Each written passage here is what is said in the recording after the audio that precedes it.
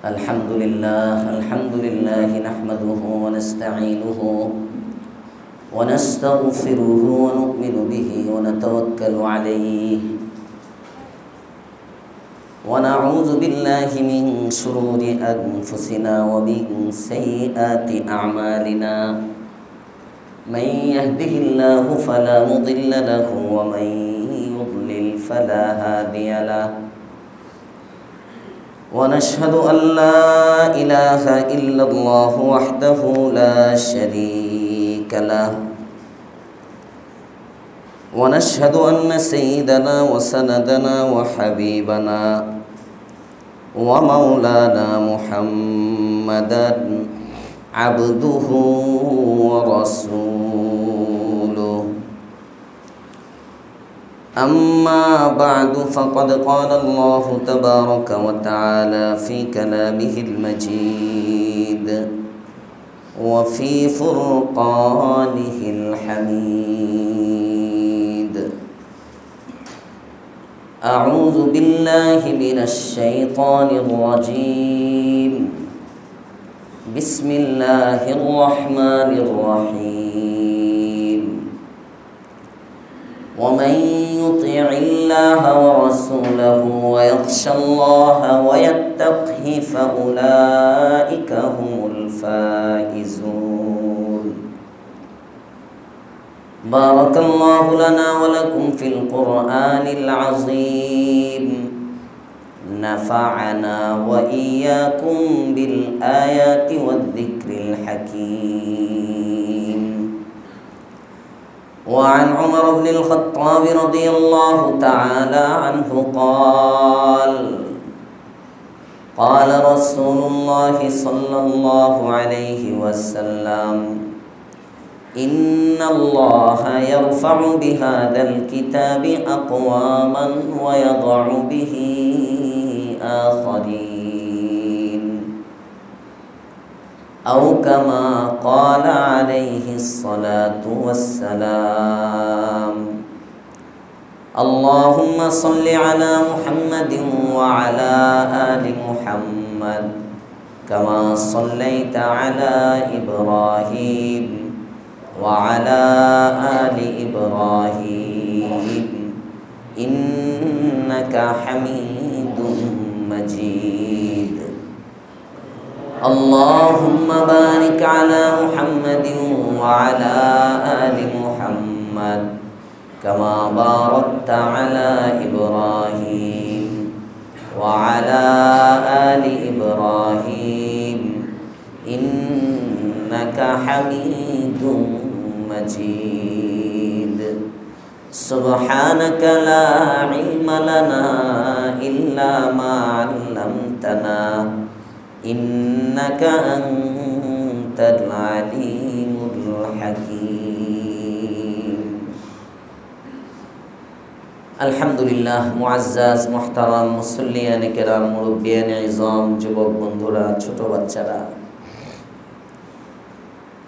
শুকরগুজার হচ্ছি রব্বে করিমের দরবারে শুকরিয়া আদায় করছি যে মহান মালিক আমাদেরকে সলাতুল জুমা আদায়ের উদ্দেশ্যে সুন্নাহ মোতাবেক আজানের আগে আগে মসজিদ মুখী হওয়ার তৌফিক দান করেছেন। আমরা আগে আগে আসতে পেরেছি, কালিমাতুশ শুকর আদায় করি আলহামদুলিল্লাহ।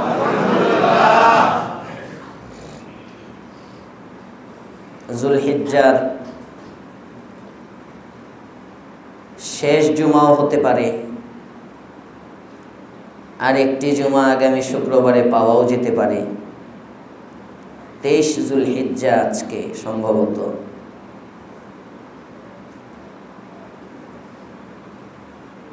এই মাসের অনেকগুলো ইবাদত, বড় বড় আমাল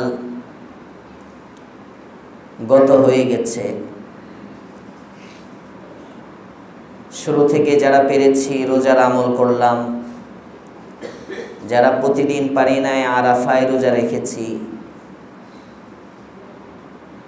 কোরবানির আমল, সর্বোপরি ইসলামের 5টি স্তম্ভ, খুঁটির মধ্য থেকে একটি স্তম্ভ হজ,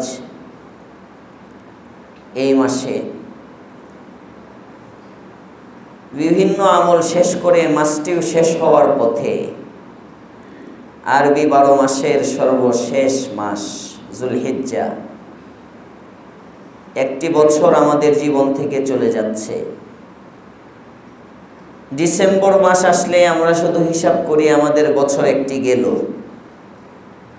তো আরবি বছর হিসাবে আমাদের একটি বছর চলে যাচ্ছে যুলহিজ্জা, আর 7 দিন আমাদের হাতে আছে।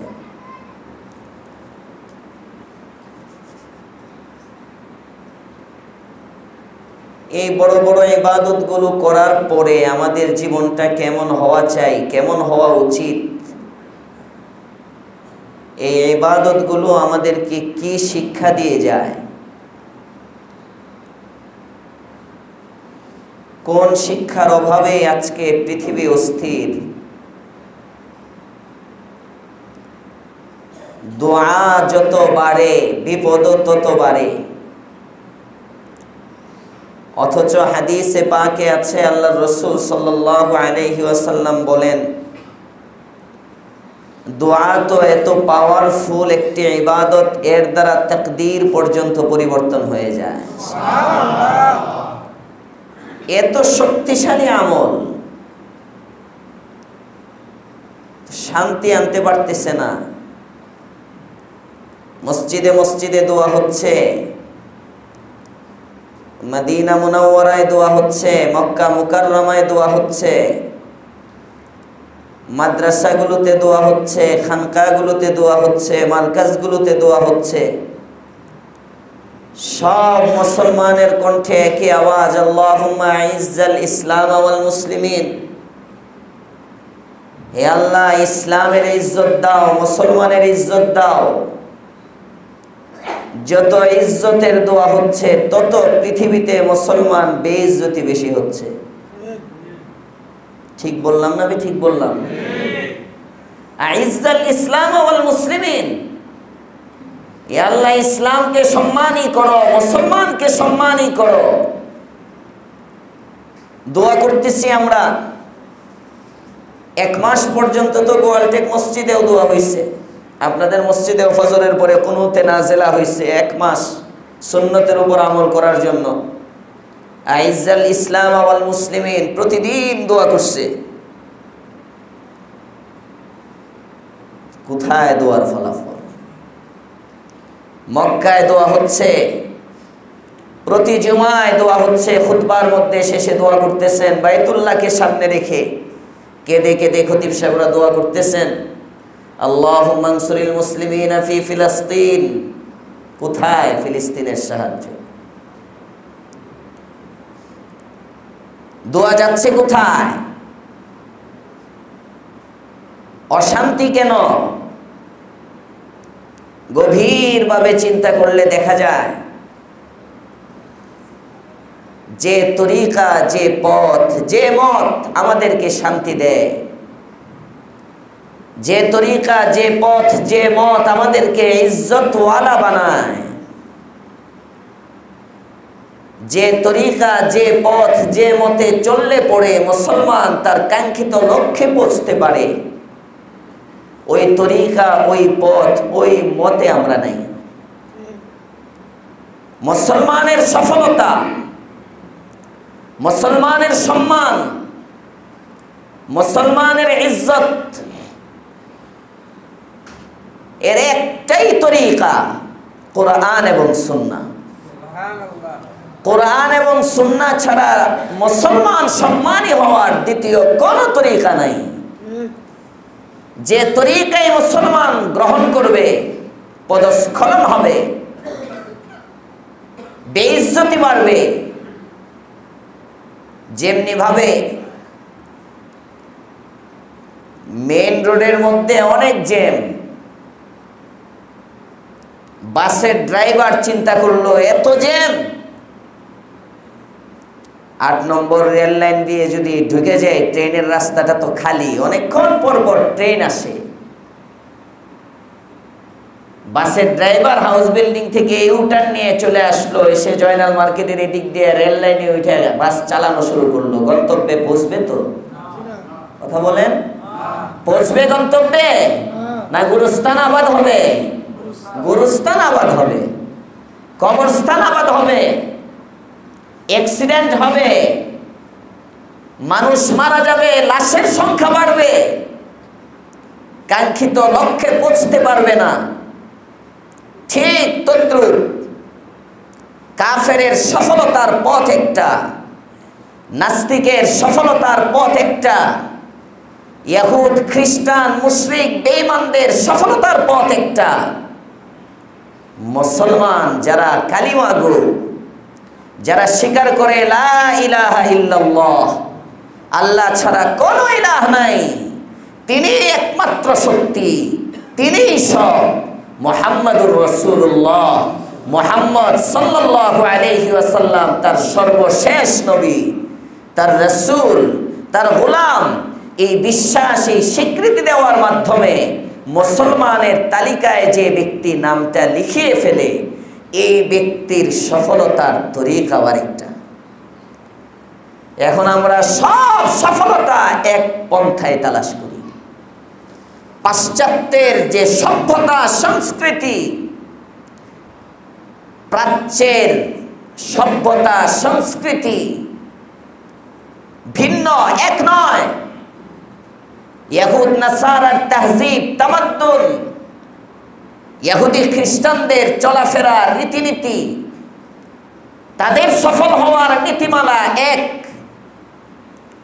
ইসলাম ও মুসলমানদের সফল হওয়ার নীতিমালা ভিন্ন। বড় আফসোস, আজকে আমেরিকার সফলতা দেখে মুসলমানও সেই পথে সফলতা তালাশ করে, কানাডার সফলতা দেখে মুসলমান ওই পথে সফলতার তালাশ করে, চীন, রাশিয়া, জাপান, জার্মানের সফলতা দেখে মক্কা, মদিনা, বাংলা, পাকিস্তান, ভারত, গোটা আলমের মুসলমানরাও যদি সেই চীন, রাশিয়া, জাপান, জার্মান যে পথে সফল, ওই পথে সফলতা তালাশ করে গোরস্থান আবাদ হওয়া ছাড়া, ইসলাম ও মুসলমানের বেইজ্জতি হওয়া ছাড়া সফলতার দেখা মিলবে না, কখনো মিলবে না সফলতার দেখা। মুসলমান যদি সফল হতে চাও, 1450 বছর আগের মদিনার তরিকাই তোমাকে সফল হতে হবে, কোরআনী তরিকাই তোমাকে আগে বাড়তে হবে, কারণ তুমি তো মুসলমান। ট্রেন গন্তব্যে পৌঁছার জন্য বাসের রাস্তায় উঠতে পারে না, বাস গন্তব্যে পৌঁছার জন্য ট্রেনের রাস্তা গ্রহণ করতে পারে না। মুসলমান সফল হওয়ার জন্য কখনো ইহুদ, নাসারা, খ্রিস্টান, বেঈমানের তরিকা অবলম্বন করতে পারে না। আজকে মুসলমানের রন্ধ্রে রন্ধ্রে পাশ্চাত্য সভ্যতা, মুসলমানের বিবাহ শাদী, মুসলমানের ঘুম, মুসলমানের আমোদ ফুর্তি। ইসলাম তোমাকে ঘরে বন্দি রাখে না, ইসলাম হাসার জায়গায় হাসতে শিখায়, ইসলাম কাঁদার জায়গায় কাঁদতে শিখায়, ইসলাম গাওয়ার জায়গায় গাইতে শিখায়, ইসলাম বলার জায়গায় বলতে শিখায়, ইসলাম দেখার জায়গায় দেখতে শিখায়, ইসলাম শোনার জায়গায় শুনতে বলে, ইসলাম চলার জায়গায় চলতে বলে, ইসলাম ধরার জায়গায় ধরতে বলে। ইসলাম বলে না তুমি প্রতিবন্ধী হয়ে যাও, ইসলাম বলে না তুমি ঘরে আবদ্ধ থাকো, ইসলাম কখনো বলে না তুমি উন্নতি অর্জন করো না। ইসলাম তোমাকে কোনো কাজে বারণ করে না, হ্যাঁ সবই তুমি করতে পারবে, কিন্তু তরিকা মুহাম্মাদুর রাসূলুল্লাহ সাল্লাল্লাহু আলাইহি ওয়াসাল্লামের নবীওয়ালা তরিকায় করবে, তুমি গন্তব্যে পৌঁছবে। সুবহানাল্লাহ। আজকে নবীওয়ালা তরিকা নাই, আজকে মুসলমানের ঘুম খ্রিস্টান, ইহুদ, নাসারার ঘুমের মতো। আজকে মুসলমানের ইস্তিনজা, মুসলমানের টয়লেট ইহুদ নাসারার টয়লেটের মতো। হাত্তাকে মুসলমান আরব কান্ট্রিগুলোর এয়ারপোর্টগুলোতে দেখলেও মাশাআল্লাহ দেখা যায় টয়লেট দিয়ে রাখছে, প্রস্রাবখানা কিছু দিয়ে রাখছে, এনে সারা জিন্দিগি ট্রাই করলেও বয়া মোতার কোনো সুযোগ নাই। আপনার খারে এই মুক্তি বানায় রাখছে এরকম কেন? তোমার সভ্যতা, তোমার সংস্কৃতি প্রকাশ করতে পারো না কেন? তুমি তোমার ঐতিহ্য ধরে রাখতে পারো না কেন? সব কাজে আধুনিকতা, সব কাজে সফলতার মেমিয়ার আমেরিকা কেন, ইহুদি কেন? যদি প্রতিটা কাজে মেয়ার আর মাপকাঠি হয় ইহুদ আর নাসারা, বিশ্বে শান্তি সফলতার মুখ চেহারা মুসলমান কখনো দেখতে পারবে না। এটাই অশান্তির মূল কারণ। শান্তির কথা মুখে মুখে, শান্তির স্লোগান সবার মুখে, যেমন আমাদের দেশে সংস্কারের স্লোগান সবার মুখে। আমি তো অনেক আগে বলছিলাম যে সমাজ সংস্কারের আগে, রাষ্ট্র সংস্কারের আগে ব্যক্তি সংস্কার দরকার। ইসলাম ব্যক্তি সংস্কার শিখায়। তাসাউফের খুলাসা কি? ইসলাহ, আত্মসংশোধন। কারণ সমাজ ঠিক হবে তো ব্যক্তির দ্বারা। ব্যক্তি যদি সংশোধিত না হয়, ব্যক্তি যদি পরিমার্জিত না হয়, সংস্কৃতি আর সভ্যতা যদি ব্যক্তির মধ্যেই না থাকে, এই অসভ্য ব্যক্তিদের দ্বারা, অসভ্য, অভদ্র, অসামাজিক এ সমস্ত ব্যক্তির দ্বারা কখনো সমাজ সংস্কার করা যাবে না। দেখেন না সুন্দর সুন্দর বলিয়া ওড়ায় যারা জাতির ভবিষ্যৎ, যাদেরকে মনে করে সমাজ এদের হাতে ঘুরে দাঁড়াবে বাংলাদেশ, এদের মাধ্যমে আমরা ফিরে পাবো আমাদের কাঙ্ক্ষিত স্বাধীনতা, এরাই আমাদেরকে নিয়ে যাবে আমাদের কাঙ্ক্ষিত লক্ষ্যে আর গন্তব্যে। পৌঁছে যাবে দেশ উন্নতির চরম শিখরে। দেখতে পাবো আমরা আমাদের হারানো ঐতিহ্য। কি সুন্দর সুন্দর মুখের বুলি। 52-53 বছরে যে জাতি স্বাধীনতা দেখতে পারে নাই, বিপ্লবোত্তর বাংলাদেশে ওই জাতি স্বাধীনতার স্বাদ ভোগ করবে, স্বাধীনতা সুন্দরভাবে উপভোগ করবে। থাকবে না সেই সমাজে কোনো চাঁদাবাজি, থাকবে না সেই সমাজে কোনো মব সন্ত্রাস, থাকবে না সেই সমাজে কোনো বিচারহীনতা। প্রত্যেক ব্যক্তি ফিরে পাবে তার ন্যায্য অধিকার। কোনো চাঁদাবাজ, লুটতরাজ, ইয়াবা ব্যবসায়ী, মাদক ব্যবসায়ী, তাদের কোনো ঠাঁই এই সুন্দর সমাজের মধ্যে, বিপ্লবোত্তর সমাজের মধ্যে আমরা দেখতে চাই না।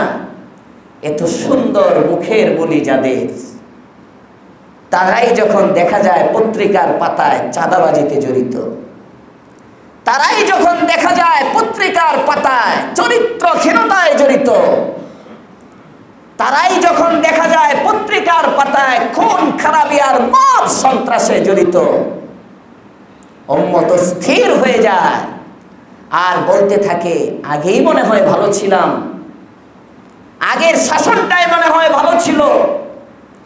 একদিকে জুলুম, নিষ্পেষণ, নির্যাতন আর অত্যাচার, এর পাশাপাশি কিছুটা হলেও সুখ ছিল।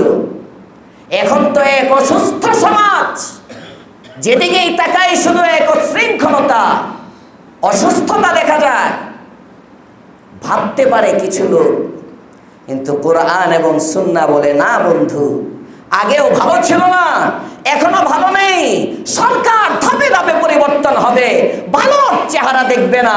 ভালো যদি হতে চাও, সুখী যদি হতে চাও, সুখী সমৃদ্ধ দেশ আর সমাজ যদি করতে চাও, তরিকা একটাই, কোরআন আর সুন্নাহ তরিকা ছাড়া বিকল্প নাই। কোরআন সুন্নাহকে আঁকড়ে ধরো। সমন্বয়করা কিছুই করতে পারবে না যতক্ষণ পর্যন্ত তারা নিজেরা সংস্কৃতি অর্জন না করবে, তারা নিজেরা পরিশুদ্ধ পরিমার্জিত না হবে। বিএনপির দ্বারা কিছু হবে না যতক্ষণ না তারা পরিশুদ্ধ পরিমার্জিত হবে। আবারও যদি আওয়ামী লীগকে ইন করো, তাও কিছু হবে না, অশান্তি আরো বাড়বে যদি তারা পরিশুদ্ধি অর্জন না করে। হ্যাঁ, কাঙ্ক্ষিত লক্ষ্যে সুখ যদি পেতে চাও, পরিশুদ্ধ হও, নিজে ভালো হও। আমরা শুধু উপদেশ দিতে পারি আরেকজনকে ভালো হওয়ার। ওরে বাবারে বাবা, টকশোতে এক একজনের বলি কি বুদ্ধি দেওয়ার মধ্যে। মাইক পাইলে সমাবেশে এক একজনকে দেখলে মনে হয় শান্তি হয়ে গেছে মুহূর্তে। ঠিক না বেঠি? এক একজনের কথায় রস কত! বাবা, চাঁদাবাজির বিরুদ্ধে কথা বলতেছে, নিজে নিজে চাঁদাবাজি করতেছে। ঘুষের বিরুদ্ধে কথা বলতেছে, ঘুষ থাকবে না, পরে গিয়ে সেই ঘুষ নিতেছে। মদ ইয়াবার বিরুদ্ধে কথা বলতেছে, নেশার বিরুদ্ধে, দেখা যায় পরে উনি নিজে নেশা করতেছে। নারীদের অধিকার, ইজ্জত, আবরুর ব্যাপারে কথা বলতেছে, টকশোর মধ্যে দেখা যায় তারাই নারীর অধিকার হরণে, চরিত্রহীনতায় মেতে উঠতেছে। আজকের এই অসভ্য সমাজের পিছনে দায়ী কারা? আমরা। কারণ আমাদের মধ্যে রাসূলের তরিকা নাই, আমাদের চলনে বলনে কাজ করবে কোথাওই রাসূলের তরিকা নাই। নবীওয়ালা তরিকা ছাড়া শান্তিও নেই।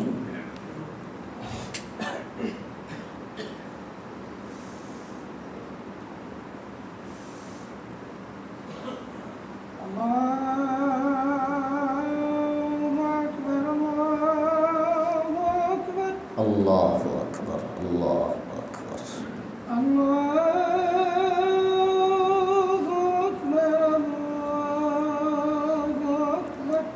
আকবার, আল্লাহু আকবার।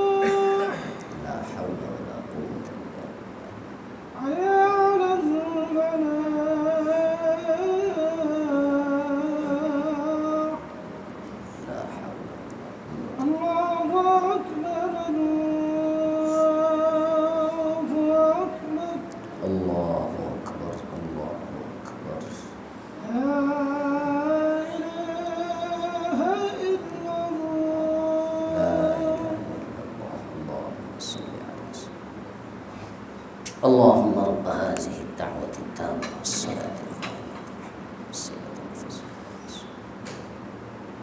إنك لا تخلف الميعاد। এই জন্য শান্তি যদি আমরা দেখতে চাই, শান্তি চান না কারা কারা? হাত উঠান তো দেখি। ভুলেও একজন হাত উঠায় না। শান্তি চাই কারা কারা দেখি? ইনশাআল্লাহ, মাশাআল্লাহ। সফলতা, শান্তি সবাই চায়। সফলতা, ফাইজ, সফল হতে চাই।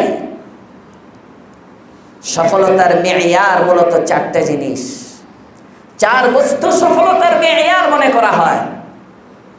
যৌবন, সফলতা, সফল হওয়ার জন্য যৌবন লাগে। সুস্থতা, সফল হওয়ার জন্য সুস্থতা লাগে। জীবন, সফল হওয়ার জন্য জীবন লাগে। জীবনই নাই তো সফলতা দিয়ে কি করবেন আপনি? সফল হবেন কিভাবে? বাঁচতে তো হবে, জীবন তো লাগবে। জীবন দরকার, যৌবন দরকার, সুস্বাস্থ্য দরকার, সুস্থতা দরকার। 4 নম্বরে সুখ দরকার। সফলতা এই চারটাকেই বলা হয়। এজন্যে মানুষ কখনো বুড়া হইতে চায় না। সবাই চায় চির যৌবন, যৌবনকে ধরে রাখতে। যৌবন চলে গেলে অর্ধেক ব্যর্থ। সুস্থতা কেউ হারাইতে চায় না। এই মসজিদের যত মুসল্লি আছে, কে চায়, কোন পাগলে চায় অসুস্থ হইতে? আছে এমন কোন পাগল? হাজার হাজার লক্ষ লক্ষ টাকা খরচ করে, কেন? কথা বলে না সবাই, বলেন কেন? এই যে হসপিটালে গেলে ভিড় আর ভিড়, কেন? সবাই সুস্থতা চায়। এমন কোন একজন ব্যক্তি নাই যে অসুস্থতা চায়। ঠিক আছে, আমি অসুস্থ, যখন আল্লাহ দিচ্ছি থাক না, দৌড়ায়। আলেম হলেও হসপিটালে গায়রে আলেম হলেও হসপিটালে সব যাইতেছে, সুস্থতা চায়, যৌবন চায়। মরতে চান কেউ? হ্যাঁ হ্যাঁ, ইসরায়েলে যুদ্ধ লাগছে, কেউ যদি চায় ইরান ইসরায়েল বুলেট টুলে একটা আসতো আমগো ঢাকার মধ্যে পড়তো, আমরাও যাইতাম গা। এমন কেউ চায়? কেউ চায় না, মরতে চায় না কেউ। সবাই বাঁচতে চায়, জীবন দরকার। অশান্তি কেউই চায় না, সবাই শান্তি চায়। তাহলে বোঝা যায় এই চারটা জিনিস হলো সফলতার মাপকাঠি। সফলতার মাপকাঠি কয়টা? সবাই বলেন চারটা। আজকের সবক চার জিনিস হলো সফলতার মেয়ার। যৌবন, জীবন, সুস্থতা এবং সুখ, এই চারটাই মানুষের চাওয়া। কিন্তু দুনিয়ায় চির সুখ নাই, দুনিয়ার মধ্যে সুস্থতা নাই, দুনিয়ার মধ্যে জীবন নাই, চিরজীবন নাই। জীবন আছে,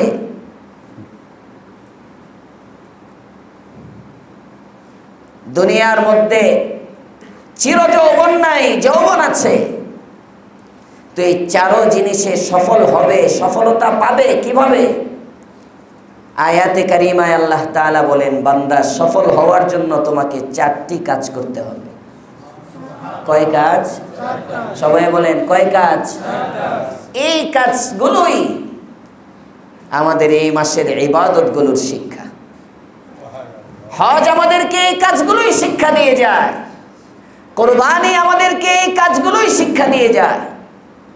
আল্লাহ তাআলা বলেন, বান্দা তুমি যদি সফল হতে চাও চারটা কাজ করো, আমি তোমাকে চারটা জিনিস দিব। দুনিয়াতেও দিব সুখ, আর আখিরাতে তো চির সুখ দিব। সুবহানাল্লাহ। আখিরাতে চির যৌবন দিব। ওই যৌবনের মধ্যে কোনো কৃত্রিমতা থাকবে না। দুনিয়ার যৌবনের মধ্যে তো কৃত্রিমতা আছে, কৃত্রিমতা।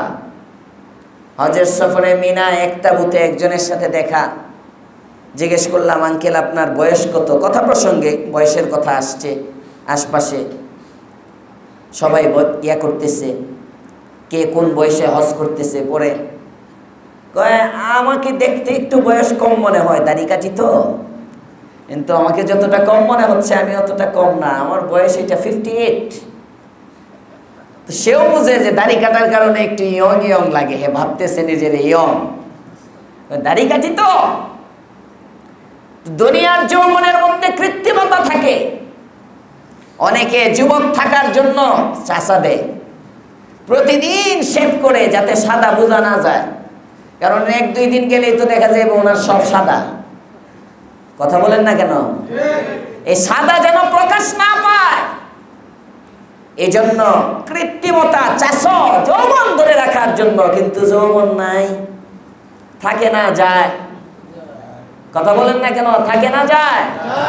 আলা লাইতাস শাবাবা ইয়াউদু ইয়াওমান, আলা লাইতাস শাবাবা ইয়াউদু ইয়াওমান ফাউখবিরাহু বিমা ফাআলাল মাশিবু, ফাউখবিরাহু বিমা ফাআলাল মাশিবু। এক বুড়া কান্দে যৌবন হারায়। বৃদ্ধ বয়সে এক ব্যক্তি তাহাজ্জুদের মুসল্লায় দাঁড়াবে, তাহাজ্জুদের নামাজ পড়বে। শেষ রাত্রে উঠে ঘরের মধ্যে কোনো কলের ব্যবস্থা নাই, পানির ব্যবস্থা নাই। পুকুরের ঘাটে যায়, আস্তে আস্তে পুকুর থেকে পানি উঠাবে, পুকুরের ঘাটে বসে ওযু করবে।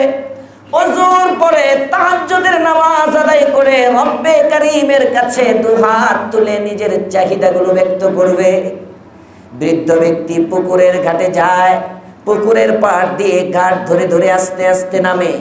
বদনার মধ্যে পানিটা ভরে, বদনায় পানি ভরে যখন ঘাটে আসবে ওযু করার জন্য, উপরের দিকে আস্তে আস্তে বৃদ্ধ উপরে আসার আগে আগে হাত কাঁপতেছে। কাঁপতে কাঁপতে বদনার পানি অর্ধেক শেষ। উপরে ওইটা দেখে পানি নাই, আবারও বদনাটা নিয়ে নিচে যায়, আবারও পানি ভরে, আবার উপরের দিকে আসে, দেখে বদনার পানি শেষ। 2-3 বার বৃদ্ধর যখন এমন হয়, এবার বৃদ্ধ ব্যক্তিটা রাগ উঠে, রাগ বুড়া মানুষের রাগ বেশি, কথা কয় না? বুড়ারা রাগ করেন না, মুরব্বীরা অনেকে বসে রয়েছে। আরবি আদমের একটা কিতাব আছে, আরবি কা মুআল্লিম, পাকিস্তান থেকে ছাপা। এর 3 নম্বর খণ্ড না 4র্থ খণ্ডে অনেক আগে একবার পড়ছিলাম এক বুড়ার গল্প। বৃদ্ধ ব্যক্তি একজন ডাক্তারের কাছে গেছে, যে বলে, ডাক্তার সাহেব চোখে সমস্যা, কম কম দেখি, ঝাপসা ঝাপসা দেখি। ডাক্তার কয় বয়সের কারণে। কই কানে একটু কম কম শুনি, কই বয়সের কারণে। খাওয়ার রুচি ঠিক মতো নাই, খাবার ঠিক মতো খাইতে পারি না, রুচির ট্যাবলেট দেন, এটাও বয়সের কারণে। এই বয়সের রুচি আর কি থাকবো, কয় প্লেট খান? 1.5 প্লেট 2 প্লেট, অনেক আছে। ঘন ঘন ওজন নষ্ট হয়ে যায়, ওজন বেশিক্ষণ ঠিক রাখতে পারি না, বয়সের কারণে। প্রস্রাব ঘন ঘন হয়, ডায়াবেটিসের কারণে, বয়সের কারণে। বয়স বাড়ছে, এমন ওই বই, এখন আর কত কন্ট্রোলিং থাকবে? এখনো আপনি ওই 12 বছর 13 বছর 15 বছরের বাচ্চার মতো 3 ঘন্টা 7 ঘন্টা 8 ঘন্টা প্রস্রাব আটকে রাখতে চান? 10 ঘন্টা সম্ভব না, ঘন্টায় ঘন্টায় যেতে হইব। বেটার উঠছে রাগ, রাগে ডাক্তারি করতে বসছেন না অন্য কিছু করতে বসছেন, এটা ডাক্তার বলে, যেটাই বলি তো বয়সের কারণে, তো আপনি কে জন্য এটা কয়ে উঠে চলে যেতেছে। ডাক্তার আবার ডাক দেয়, চাচা এদিকে আসেন, আপনি যে রাগটা করলেন এটাও বয়সের কারণে। ঠিক না বেঠি? হ্যাঁ, বুড়া রুচ্ছে রাগ। 2 দিনও বদনার থেকে পানি পড়ে যায়, ওযু করতে পারি না, রাগ উঠছে, বদনাটা ফেলাইয়া দিচ্ছে। এবার বৃদ্ধ ব্যক্তি এক রাস্তার কাছে যায়, রাতের গভীরে ফজরের আগে এক রাস্তার মধ্যে যায়, রাস্তার মাথায় একবার আসে, একবার রাস্তার ওই মাথায় যায়, আবার রাস্তার এই মাথায় আসে। হঠাৎ করে একজন ছেলে মসজিদের দিকে যাবে, আগে আগে ঘুম থেকে উঠে মসজিদের দিকে যাবার পথে যুবক একজন দেখে বৃদ্ধ ব্যক্তি একজন একবার রাস্তার ওই মাথায় যায়, আরেকবার রাস্তার এই মাথায় আসে। এত রাতের গভীরে রাস্তার এই মাথা থেকে ওই মাথা বারবার যায়। 2 শ্রেণীর মানুষ যায়, এক শ্রেণীর মানুষ কিছু হারিয়ে গেলে যায়, আরেক শ্রেণীর মানুষ মাতাল হইলে যায়। কথা বলেন না কেন? মাতাল, মাতাল, মদ খায় মাতাল। দেখবেন একবার এইবারে যাইতেছে, একবার এইবারে আসতেছে। যুক্তিবাদী হিসাব শুনছিলাম ছোটবেলায়, একবার যুক্তিবাদী হিসাব করে 2 বেয়ায় মদ খাইছে, মদ খোরের লগে মদ খোর মেলে। কুনাদা হামজিন সেবা হামজিন সে পরওয়াজ, কুনাদা হামজিন সেবা হামজিন সে পরওয়াজ, কবুতর বা জেবাবাজ, কবুতর বা জেবাবাজ। আল্লাহ মিলায় দেন। বাজ পাখির মিল বাজ পাখির সাথে, ঘুঘু পাখির মিল ঘুঘু পাখির সাথে, কাকের মিল কাকের সাথে, কুকুরের মিল কুকুরের সাথে, চাঁদাবাজের মিল চাঁদাবাজের সাথে, খুনির মিল খুনের সাথে, আল্লাহওয়ালার মিল হয় আল্লাহওয়ালার সাথে। কোনাদা হামজিন সেবা হামজিন সে পরওয়াজ, কবুতর বা জেবাবাজ। মদখুর বেওয়াই মিলছে মদখুরের সাথে, 2 বেয়ে মিলে টানে, দেখো বেয়াই চলেন আপনারা আগে দিয়ে। মদ খাওয়ানোর পরে একজন আর একজনের আগে দিয়ে আসে, তো এই বিয়ে গিয়ে আগে দিয়ে আসে, ওই বিয়ের বাড়ির দরজা পর্যন্ত যায়, তো ওই বিয়ে কই বেয়াই চলেন আপনারা আগে দিয়ে। আবার হে যায় এই বিয়ের আগে দিতে, এই বিয়ের গেট পর্যন্ত যায়, যাওয়ার পরে ওইটা আবার কয় বেয়াই চলেন আপনারা আগে দিয়ে। সারা রাত্র খালি এক বিয়ে আর এক বিয়ের আগে দেয়, কেউ বাড়ির ভিতরে ঢুকাইতে পারে না। তো রাতের গভীরে রাস্তার মধ্যে এপার থেকে ওপারে যায় কয় শ্রেণীর মানুষ? ভুলে গেছে, ওয়াজ ভুলে গেছে। সবাই বলেন কয় শ্রেণী? 2 শ্রেণীর মানুষ। একটা হলো মদে মাতাল, এপার থেকে ওপারে যায়। মাতাল ব্যক্তি পাগলের মতো বিভ্রান্ত হয়ে উদ্ভ্রান্ত ব্যক্তির মতো ছুটতে থাকে। আরেকটা ব্যক্তি হলো যে মূল্যবান কিছু হারায়, সে তালাশ করার জন্য রাস্তার এপার থেকে ওপারে যায়। যুবক ব্যক্তি এবার দেখে না বৃদ্ধর পায়ের মধ্যে কোনো কাঁপুনি নাই, বৃদ্ধর চলাফেরা চোখের মধ্যে কোনো নেশার প্রভাব দেখা যায় না। বৃদ্ধ ব্যক্তি একবার রাস্তার পাশে আসে, আরেকবার রাস্তার ওপাশে যায়। মনে হয় লোকটা কিছু হারিয়েছে। আমি এবার জিজ্ঞেস করি, ছেলেটা জিজ্ঞেস করে, বাবা আপনি কি হারিয়েছেন, কি তালাশ করতেছেন আমাকে একটু বলেন না, আমি আপনাকে তালাশ করে দেই। বৃদ্ধ ব্যক্তি এবার চোখের পানি ছাড়ে আর যুবককে লক্ষ্য করে বলে, রে বাবা, আমি এমন জিনিস এখানে হারিয়েছি যে জিনিস তালাশ করা যায় কিন্তু পাওয়া যায় না। যুবকটা বলে, বাবা আপনি কি হারিয়েছেন বলেন, আমি আপনাকে পেয়ে দিব, আমি আপনাকে খোঁজ করে দেব। কয় না না, এমন একটা জিনিস হারিয়েছি যে জিনিস সবাই মিলে তালাশ করলেও পাওয়া যাবে না। যুবক বলে, না আমার যৌবন আছে, আমি যৌবনে তালাশ করব। আপনার দৃষ্টি আর আমার দৃষ্টির পাওয়ার এক না। সূক্ষ্ম থেকে সূক্ষ্ম, ছোট থেকে ছোট জিনিসও যদি আপনি হারিয়ে থাকেন আমাকে বলেন, বাবা আপনি দাঁড়ান, আমি তালাশ করে বের করে দেই। সুই হারিয়েছেন, আমি এনে দেই।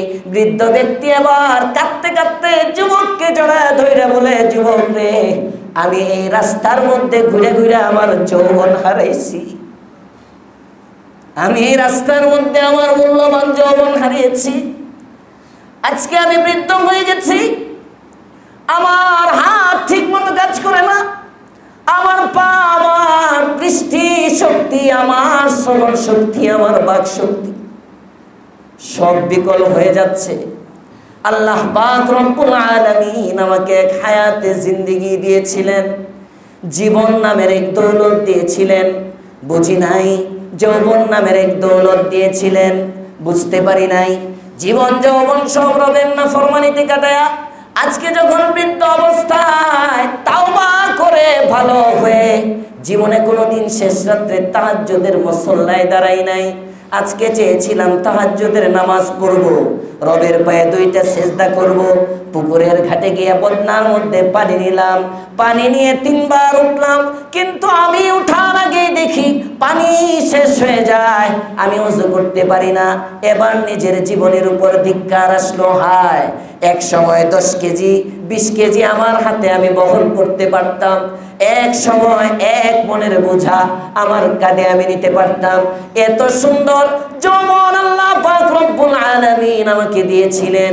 ওই যৌবন আমি রাস্তায় ঘুরে নষ্ট করেছি, ওই যৌবন আমি আড্ডাবাজিতে নষ্ট করেছি, ওই যৌবন আমি নেশায় নষ্ট করেছি, ওই যৌবন আমি ইফটিজিংয়ে নষ্ট করেছি, ওই যৌবন আমি চাঁদাবাজিতে নষ্ট করেছি, ওই যৌবন আমি কিশোর গ্যাংয়ের মধ্যে নষ্ট করেছি, ওই যৌবন রেল লাইনের পাশে গাছতলায় বসে বসে পার্কের মধ্যে ঘুরে ঘুরে নষ্ট করেছি। যৌবনের কদর করি নাই। আজকে বৃদ্ধ অবস্থায় আমি এই রাস্তার মধ্যে ঘুরে ঘুরে যৌবন তালাশ করতেছি। যৌবন পাবে? কথা বলে না, পাবে? এবার বৃদ্ধ নিজে বলে, আলা লাইতাস শাবাবা ইয়াউদু ইয়াওমান, আলা লাইতাস শাবাবা ইয়াউদু ইয়াওমান ফাউখবিরাহু বিমা ফাআলাল মাশিবু। হায়, একটা মুহূর্তের জন্য, একটা দিনের জন্য, একটা ঘন্টার জন্য যদি আমি আমার যৌবনকে ফিরে পাইতাম, আমি আমার স্বভাবকে ফিরে পাইতাম, ফাউখবিরাহু বিমা ফাআলাল মাশিবু, বার্ধক্য যে আমাকে কত কষ্ট দিল এটা আমি তারে একটু বলতাম। পাবে? কথা বলেন না কেন? পাবে? পাবে না, পাবে না। এজন্য আল্লাহ পাক রব্বুল আলামিন বলেন, বান্দা যৌবন অনেক দামি, জীবন অনেক দামি, সুস্থতা অনেক দামি। সফলতার মেয়ার হলো যৌবন, সফলতার মেয়ার হলো জীবন, সফলতার মেয়ার হলো সুস্থতা, সফলতার মেয়ার হলো সুখ। এই 4টায় সফল, এই 4টা যার আছে এই ব্যক্তি সফল। কিন্তু এই 4টাতে সফল, এই 4 গুণে সফল, এই সফলতা পাবে কখন? তুমি চির যৌবনের মালিক হবে, চির সুখের মালিক হবে, চির সুস্থতার মালিক হবে, চির জীবনও তুমি পেয়ে যাবে। জোরে কোন সুবহানাল্লাহ। চাই আমরা? চাই, আমরা এই সবগুলোই পাবো। আল্লাহর রাসূল বলেন, আল্লাহ তাআলা রাসূলের মাধ্যমে বলেন 4টা কাজ করতে হবে। কয় কাজ? সবাই বলেন কয় কাজ? 1 নম্বর, ওয়ামাই ইউতিল্লাহ, আল্লাহর আনুগত্য করতে হবে। সুবহানাল্লাহ কইেন না, আরো আস্তে কোন সুবহানাল্লাহ। ওয়ামাই ইউতিল্লাহ, এই যে বসার পরে যে কথা বলতেছিলাম, গোড়ায় আসেন। আল্লাহর আনুগত্য, হজ আমাদেরকে আল্লাহর আনুগত্য শিখায়, মনের চাহিদা না। আমরা এখন নফসের গোলামি করি। নফস মন চায় তো নামাজ পড়ি, মন চায় না নামাজ পড়ি না। মন চায় তো 3 দিনে যায় মাসে, মন চায় না মাসকে মাস চলে যায়, যায় না। মন চাইলো 3 চিল্লা লাগাই দিলাম, মন চায় না বছর চলে যায়, ফজরের নামাজও পড়ে না। আছে না নাই? আমার এই মসজিদ কেন্দ্রিক মনে হয় 1 চিল্লা 3 চিল্লা মিলাইয়া না হইলেও 20-25 জন সাথী হবে না? 20-25 জন সাথী, অনেক সাথী, আরো বেশি হবে, আমি কম বললাম। কিন্তু এই 3 চিল্লা 1 চিল্লার সাথী সবাই ফজরে পাওয়া যায় না। হুজুর আপনি এসে দেখেন নাকি আমরা থাকি না থাকি, খবর নেই আমি। 3 চিল্লার সাথী 1 চিল্লার সাথী, চিল্লা লাগে, তার মানে চিল্লাটা আল্লাহর জন্য লাগায় নাই, মন চাইছিল লাগাইছি। যদি আল্লাহর জন্য হইতো তাহলে তো এই চিল্লায় আমার জীবন বদলাই দিত। কথা বলেন ঠিক না বেঠিক? মন চায় তাহাজ্জুদ পড়ি, মন চায় রোজা রাখি, মন চায় হজ করি, মন চায় উমরা করি, মন চায় দান করি। মনের পূজা, মনের পূজা। হজ আমাদেরকে শিক্ষা দিয়ে গেল না, কুরবানি আমাদেরকে শিক্ষা দিয়ে গেল না, মনের পূজা করা যাবে না, মনের অনুসরণ করা যাবে না। অনুসরণ করবো কার? আল্লাহ। জোরে বলেন কার? আল্লাহ। হুজুর কেমনে শিখাই গেল হজে? হজে আল্লাহর অনুসরণ আমাদেরকে কেমনে শিখাইলো? কই তাকিয়ে দেখো, 17 লক্ষ হাজি, 17 লক্ষ হাজি বাইতুল্লাহর পাশে আছে, হারামের পাশে আছে। যে বাইতুল্লাহর এত দাম, বাইতুল্লাহর জামাতে যদি কেউ 1 রাকাত নামাজ পড়ে, আল্লাহ পাক রব্বুল আলামিনের পয়গম্বর বলেন কমপক্ষে 1 লক্ষ রাকাতের সওয়াব তার আমলনামায় দেওয়া হয়। আর জামাতের সওয়াব 27 গুণ। সেই হিসাবে বাইতুল্লাহে কেউ যদি 1 রাকাত জামাতে নামাজ পড়ে, তার 1 রাকাতে 27 লক্ষ রাকাতের সওয়াব। সুবহানাল্লাহ।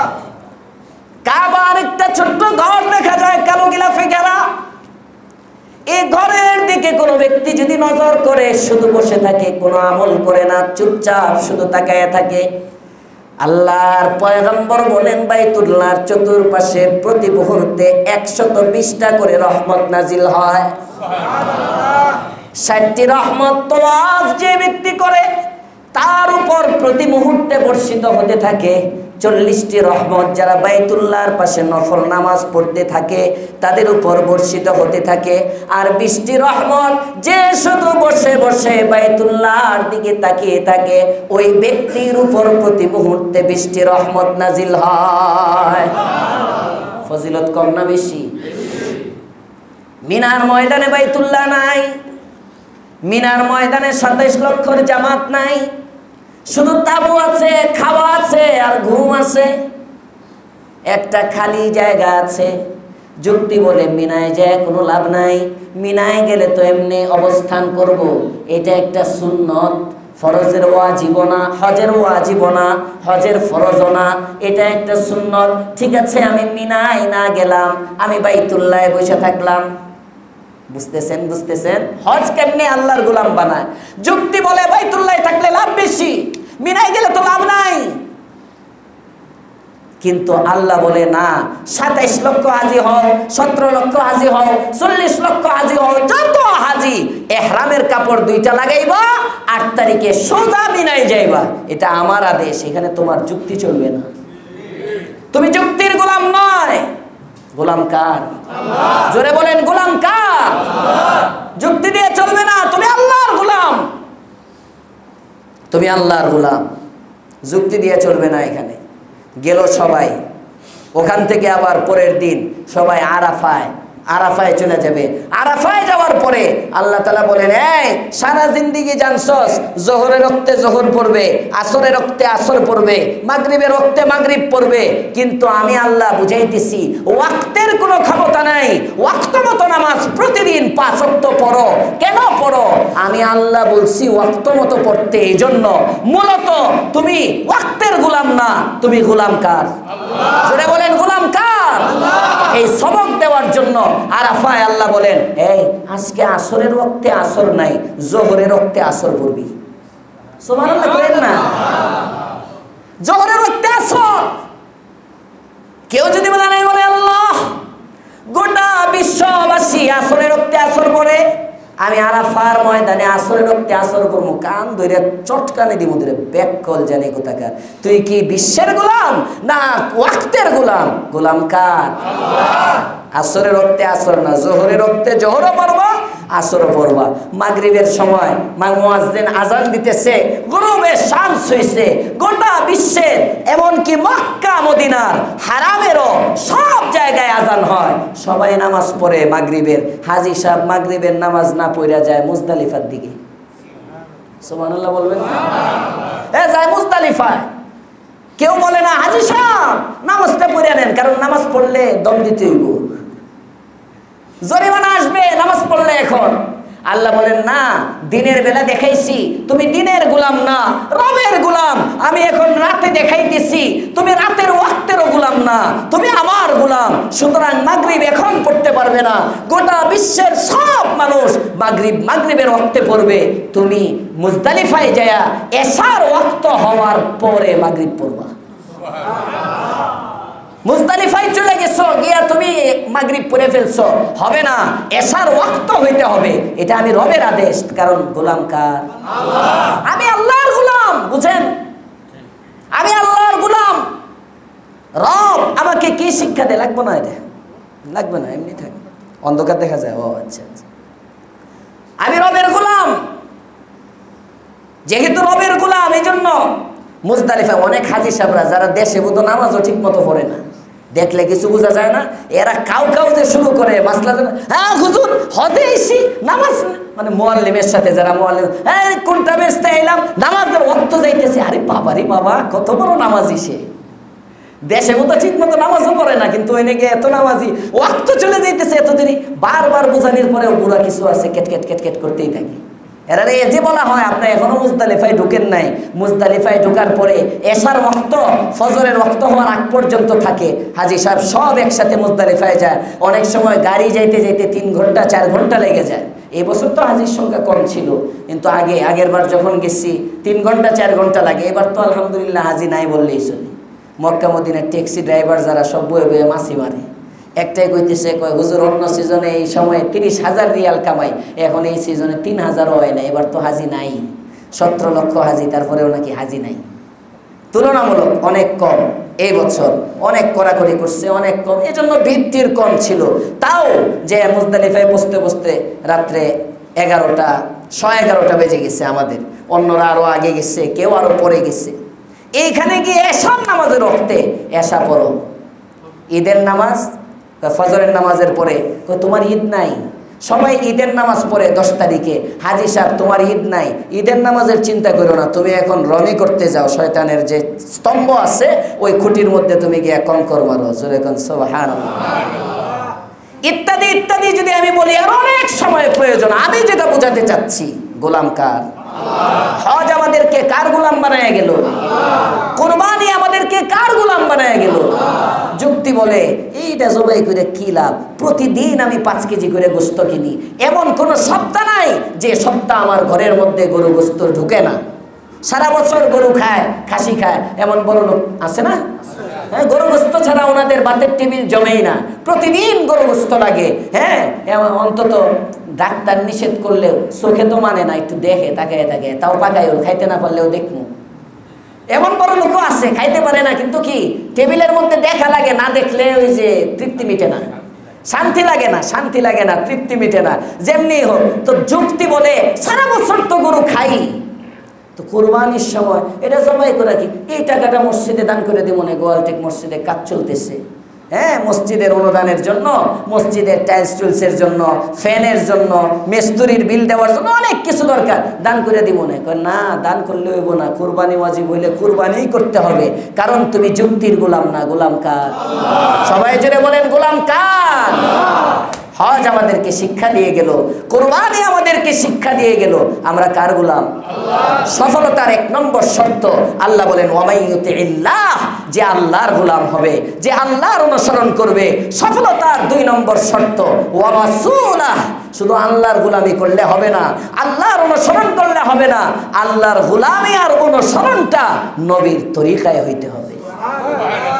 এজন্য তবলিগওয়ালারা বলে আমরা আল্লাহর হুকুম মানব, নবীর তরিকায় বলে না আল্লাহর হুকুম মানব, মাশাআল্লাহ, আল্লাহর হুকুম মানব, নবীর তরিকায় চলবে। এটা তবলিগওয়ালাদের স্লোগান না, এটা কোরআনের স্লোগান।